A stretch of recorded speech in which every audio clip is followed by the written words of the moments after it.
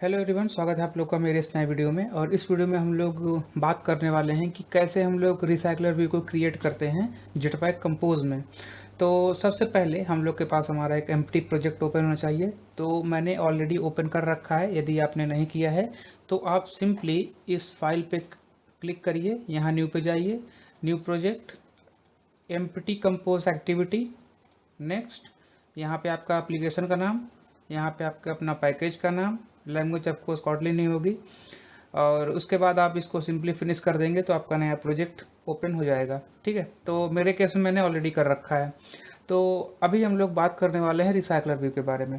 तो हम लोग पहले बात करते हैं कि कैसे हम लोग इसको एक्सएमएल में करते थे, क्योंकि जस्ट इसके पहले ये जेटपैक कंपोज के पहले हम लोग एक्सएमएल यूज़ करते थे। तो उस केस में हमको बेसिकली रिसाइकलर व्यू के लिए, आप यदि याद कर पा रहे हो, तो हम लोग को एक व्यू होल्डर क्रिएट करना पड़ता था, एक एडाप्टर क्रिएट करना पड़ता था जिसको हम रिसाइकलर व्यू से एक्सटेंड करके और उसमें कुछ फर्दर क्लासेस को ओवरराइड करके चीज़ों को हम लोग अपने हिसाब से मैनिपुलेट करते थे। तो हमारा list item means view holder create करना पड़ता था, देन आफ्टर एडाप्टर क्रिएट करना पड़ता था। देन उसके बाद हम लोग अपने जो मेन एक्टिविटी है या फिर हम फ्रेगमेंट है वहाँ पे रिसाइकलर व्यू को अडाप्टर से अटैच करते थे, वहाँ पे डेटा सेट करते थे। देन आफ्टर कहीं पे जाके हमारे स्क्रीन में एक दो चार लिस्ट आइटम अपीयर होते थे। तो इतना कुछ करने के बाद हमको रिसाइकलर व्यू का एक छोटा सा झलक देखने को मिलता है अपने पिछले वाले एक्सएमएल पार्ट में। तो अभी इस चीज़ को कंपोज में हम कैसे करते हैं तो मैं बेसिकली आपको करके दिखाऊंगा, बट मैं यहाँ पे आपको स्पॉइलर अलर्ट देता हूँ कि ये बहुत ही ईजी होने वाला है। आप खुद ही कहेंगे यार ये तो वाकई में बहुत ईजी था, क्यों इसको पहले इतना टफ कर रखा था। तो आई डोंट नो क्यों कर रखा था, बट अभी के टाइम पे ये बहुत ही आसान है। तो मैं कोड को स्टार्ट करता हूँ। तो जैसे वहाँ पे हमको हमारा व्यू होल्डर क्रिएट करना पड़ता था, वैसे यहाँ पे हमको हमारा एक लिस्ट आइटम क्रिएट करना पड़ेगा। आप उसका नाम कुछ भी रख सकते हैं, व्यू होल्डर भी रख सकते हैं, बट कंपोज में बेसिकली हम लोग लिस्ट आइटम ही उसको बुलाते हैं। तो मैं यहाँ पे क्रिएट करूँगा लिस्ट आइटम। और यस, यहाँ पे हमारे पास रो कॉलम होते हैं, तो मैं आपको एक एक करके समझाता चलता हूँ। सो मैं बेसिकली लिस्ट आइटम बनाने वाला हूँ यहाँ पे सबसे पहले। तो यहाँ पे एक छोटा सा कोड स्निपेट है, COMP एंटर। तो आपका यहाँ पे कंपोज फंक्शन बन जाएगा और मैं इसको यहाँ पे नाम दूंगा, वर्टिकल रहने देता हूँ। यहाँ पे सिंपली लिस्ट आइटम ही नाम देता हूँ, लिस्ट आइटम रिसाइकलर व्यू। तो आपको यहाँ से थोड़ा आइडिया रहेगा। और हाँ, ये सारा कोड आपको गिटहब पे मिल जाएगा, तो उसका जो लिंक होगा ना डिस्क्रिप्शन में रहेगा, आप वहाँ से जाके यहाँ से फोर कर सकते हैं, या फिर आप कहीं भी आपको प्रॉब्लम आती है तो आप उसको देख सकते हैं। ऑलराइट, तो लिस्ट आइटम रिसाइकलर व्यू। अभी इस लिस्ट आइटम के पास जाहिर सी बात है कोई डेटा होगा जिसको हमें अपीयर कराना होगा हमारे स्क्रीन पे। तो उसके लिए मैं बेसिकली यहाँ पे एक आइटम पास कर देता हूँ जो कि टाइप होगा स्ट्रिंग का। ऑलराइट, अभी हम असली गेम चालू करते हैं। तो मान लीजिए आपको एक्सएमएल में बनाना हो कार्ड व्यू। तो कार्ड व्यू को हम बेसिकली मटेरियल कार्ड व्यू को एक्सएमएल लिखते हैं, देन आफ्टर उसके कुछ एट्रीब्यूट्स डिफाइन करते हैं। ठीक है, तो बिल्कुल उसी को आप यहाँ पे समझेंगे। तो यहाँ पे हमको एक कार्ड मिल रहा है, तो इसका हम सिंपली यूज़ कर लेंगे। दैट मीन्स हमें हमारा कार्ड मिल चुका है। अब इसके बाद जो हम वहाँ पे कुछ एट्रीब्यूट्स लिख के उसको मॉडिफाई करते थे, तो मॉडिफाई को यहाँ पे कर दिया गया है मॉडिफायर। जैसे वहाँ पे आप याद कर पा रहे हो तो लिस्ट आइटम होते थे, स्पैन काउंट भी हम कर सकते थे ना चेंज। देन आफ्टर एक होता था लिस्ट आइटम, यदि आप वहाँ पे टूल्स में शो करना चाहें तो कर सकते हैं, और वगैरह वगैरह काफ़ी सारे एट्रीब्यूट्स होते हैं। तो वो उसी को यहाँ पे एक मॉडिफायर नाम दे दिया गया है। सो क्योंकि ये मेरा पहला वीडियो है तो मुझे बिल्कुल स्क्रैच से स्टार्ट करना पड़ रहा है। तो कार्ड में जैसे हम लोग कुछ मॉडिफाई करना चाहें तो उसके लिए हमारे पास एक है मॉडिफायर, आप यहाँ पे देख सकते हैं। और यदि मैं इसके एट्रीब्यूट्स की बात करूँ तो आप देख सकते हैं बहुत सारे एट्रीब्यूट्स हैं। मॉडिफायर डॉट करके आप यहाँ पे देख सकते हैं, जैसे पैडिंग है, यहाँ पे मार्जिन नहीं है, यहाँ पे केवल पैडिंग है। रैप कंटेंट हाइट है, यदि मैं एक्सएमएल की बात करूँ तो आप यदि हाइट में रैप कंटेंट रखते हैं तो वो यहाँ पे ये ऐसे वर्क करेगा। Fill max with means match parent, यदि आप विथ में मैच पेरेंट रखेंगे तो वो पूरा आ जाएगा ना, पूरे स्क्रीन पे, पूरे स्क्रीन के विथ पे आ जाएगा।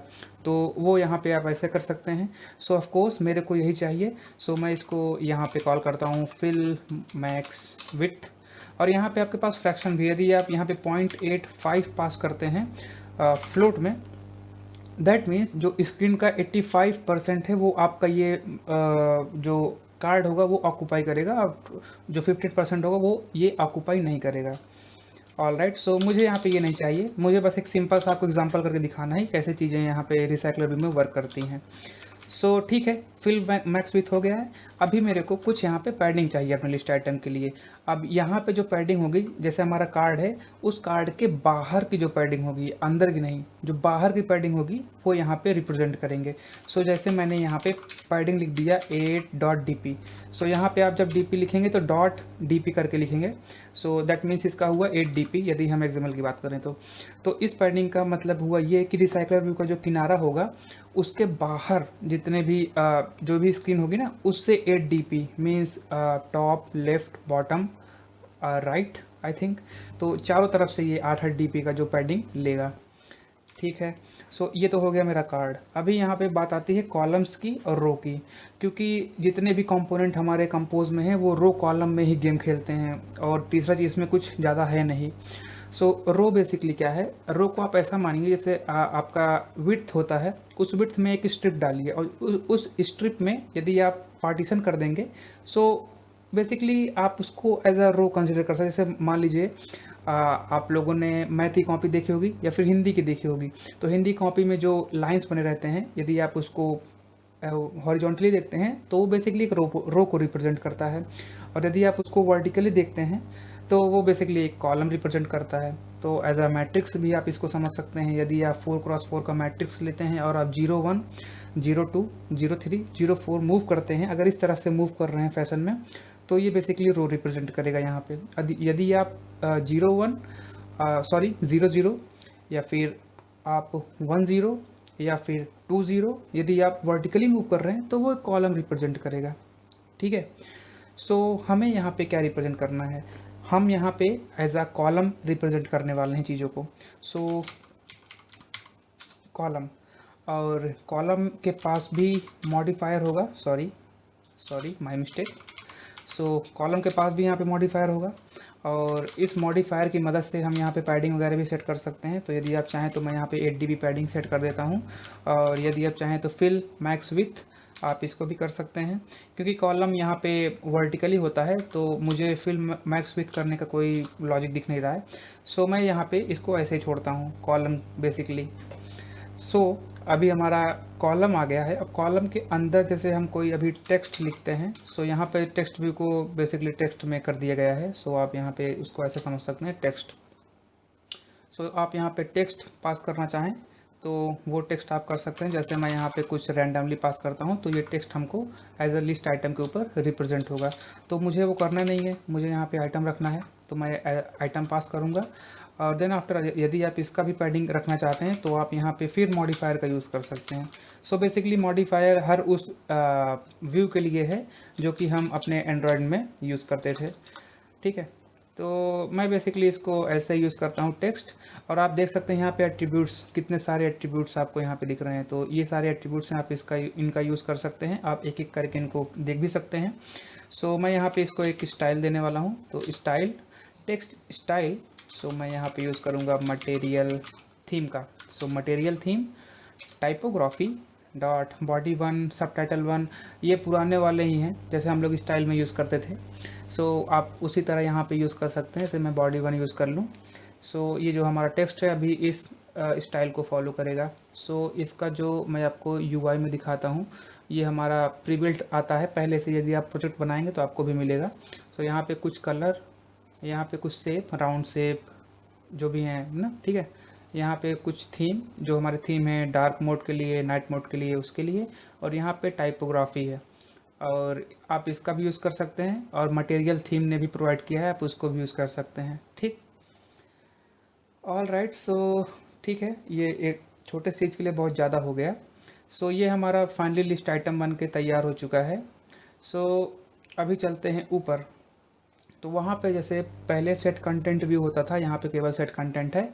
और इस थीम में हम बेसिकली रैप करते हैं हमारा जो भी स्क्रीन्स होते हैं। तो हमारे केस में हमारा एक ही स्क्रीन होगा जो कि जिसमें हम लोग रिसाइकलर व्यू को शो करेंगे। ठीक है। नेविगेशन हमें करना नहीं अभी, क्योंकि ये बिल्कुल पहला वीडियो है तो मैं ज़्यादा कॉम्प्लिकेटेड नहीं रखना चाहता इसको। सो ये हमारा सरफेस है जो जिसके अंदर हम लोग यहाँ पे अभी के टाइम पे ग्रीटिंग इस वाले कंपोजेबल को दिखा रहे हैं, इस वाले कंपोजेबल का यूज़ कर रहे हैं। सो अभी मेरे को एक और कंपोजेबल क्रिएट करना पड़ेगा अपने रिसाइकलर व्यू के लिए। सो कंपोजेबल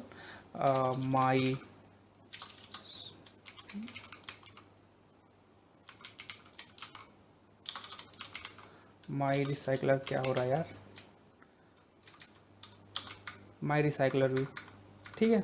तो इससे आपको जब भी गिटहब में देखेंगे तो आपको आइडिया रहेगा कि ये किस लिए था। सो यहाँ पे मैं एक लिस्ट बनाता हूँ, म्यूटेबल लिस्ट ऑफ स्ट्रिंग की, और जिसको मैं इनिशलाइज कराऊंगा। So for I in 1 to 19, और इस लिस्ट में मैं सिंपली कुछ ऐड करूंगा। सो जैसे मैंने यहाँ पे बोला दिस इज कार्ड नंबर आई, ठीक है। तो ये बेसिकली कि सिंपल सा स्ट्रिंग है जो इस लिस्ट में मैंने रख दिया है। All right. सो अभी यहाँ पे मेरा रिसाइकलर व्यू आने वाला है। सो वो बहुत ही सिंपल है, आप यहाँ पे देख सकते हैं लेज़ी कॉलम, ठीक है। और इस लेज़ी कॉलम के अंदर बैठता है हमारा आइटम्स, और इस आइटम्स में हम बेसिकली पास करते हैं अपना वो लिस्ट जो हम चाहते हैं अपीयर हो हमारे रिसाइकलर व्यू में। तो हमारे केस में क्या है, वो ये जो ऊपर लिस्ट लिखा है ये है। सो मैं भी थोड़ी प्रॉब्लम हो रही है, मैं इसको ठीक है। सो मैं यहाँ पे एक लैम्डा एक्सप्रेशन लेता हूँ, अभी मैं इसको इंपोर्ट कर लेता हूँ। All right. सो अभी आप देख सकते हैं मेरा जो एरर है वो चला गया है। सो यहाँ पे हमारा जो लिस्ट है वो बेसिकली, यदि आप कोई लिस्ट दिखाना चाहते हैं तो उस लिस्ट को आप इस आइटम्स के पैरामीटर में पास कर देंगे। All right. और यहाँ पे मुझे वो पैरामीटर रिसीव होने लगेगा, और मैं यहाँ से कॉल करूँगा लिस्ट आइटम रिसाइकलर व्यू को, और आइटम में इट पास कर दूंगा। सो दैट मीन्स ये जो लिस्ट है एक एक करके यहाँ पे आ रहा है, और ये जो व्यू होल्डर आप इसे बोल सकते हैं या फिर लिस्ट आइटम बोल लें, ये लिस्ट आइटम कंपोजेबल द्वारा क्रिएट किया जा रहा है, ठीक है। इतना ही था, यही है रिसाइकलर व्यू को क्रिएट करने का तरीका जेटपैक कंपोज में। All right. सो आप देख सकते हैं कितना आसान है। हमने केवल एक यहाँ पे लिस्ट आइटम लिखा है अपने रिसाइकलर व्यू के लिए। यहाँ पे हम लोगों ने अपने रिसाइकलर व्यू का जो मेन ढांचा है उसको तैयार किया है। जैसे हमने यहाँ पे एक लिस्ट क्रिएट किया है, कुछ डमी डेटा उसमें इंटर किया है, देन आफ्टर लेज़ी कॉलम। अच्छा, अब आपका ये काम है, यदि आप समझ में आया है सो आप यहाँ पे लेज़ी रो का यूज़ करके इस चीज़ को करिए तो आपको समझ में आएगा। जैसे हम कॉलम वाइज वर्टिकली स्क्रॉल कर सकते हैं, वैसे यदि हम रिसाइकलर व्यू को क्रिएट करना हो वर्टिकली हम लोग कर सकते हैं इस लेजी कॉलम की मदद से, और इस लेजी रो की मदद से हम लोग हॉरिजॉन्टली अपने रिसाइकलर व्यू को क्रिएट कर सकते हैं, ठीक है। सो मैं अभी इस रिसाइकलर व्यू कंपोजेबल को कॉल करता हूँ। सो मैं इसको रिमूव करता हूँ इस चीज़ को। सो यहाँ पे रिसाइकलर व्यू, माई रिसाइकलर व्यू, ठीक है। सो मैं इसको भी रन करता हूँ अपने एमुलेटर में।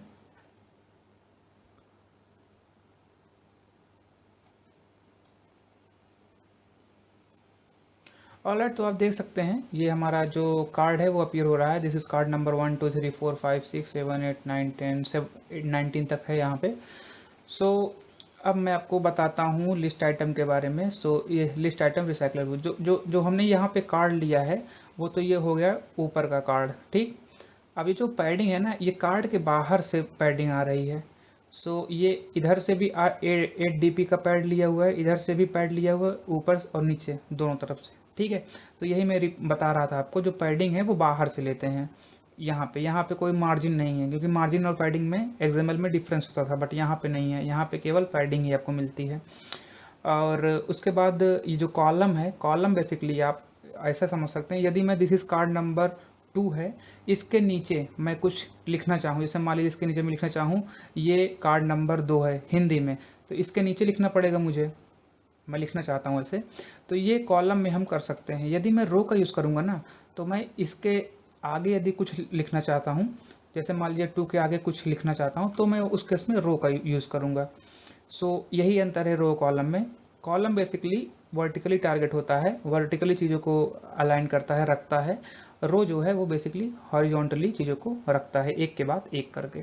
तो आप इसको एक लीनियर लेआउट की तरह भी समझ सकते हैं। अगर आप लीनियर लेआउट की तरह समझना चाहें, तो कॉलम वो लीनियर लेआउट है जिसका ओरिएंटेशन वर्टिकल है, और रो एक ऐसा लीनियर लेआउट है जिसका ओरिएंटेशन हॉरिजॉन्टल है। ये समझने के लिए मैं केवल बोल रहा हूँ, लीनियर लेआउट और इसका कोई मतलब मैच नहीं है, बट समझने के लिए आप इसको ऐसा समझ सकते हैं। सो ठीक है यार, ये मेरा पहला वीडियो है जेटपैक कंपोज का। तो यदि आपको वीडियो अच्छी लगी हो या कुछ समझ में आया हो एक्सएमएल से रिलेट करके, तो प्लीज़ यार सब्सक्राइब करो चैनल को, और आगे आने वाले वीडियोस को ज़रूर देखना। छोटे छोटे वीडियोस होंगे बट इन्फॉर्मेटिव होंगे, क्योंकि आप चीज़ें अगर यदि स्टार्ट करते हैं कंपोज में तो प्रॉब्लम आती है, थोड़ी बहुत तो प्रॉब्लम सोचने में आती है, तो वो मैं एक्सएमएल से रिलेट करके अगर आपको मैं बताऊंगा तो आपको ईजिली समझ में आ जाएगी। सो इसी उम्मीद के साथ कि आप लोग सब्सक्राइब करेंगे, मैं साइन ऑफ करता हूँ, और इस कोड को मैं आपको गिटहब रिपॉजिटरी में दे देता हूँ। सो उसका जो लिंक है वो वहाँ आपको डिस्क्रिप्शन में मिल जाएगा। All right, so thank you for watching this video again.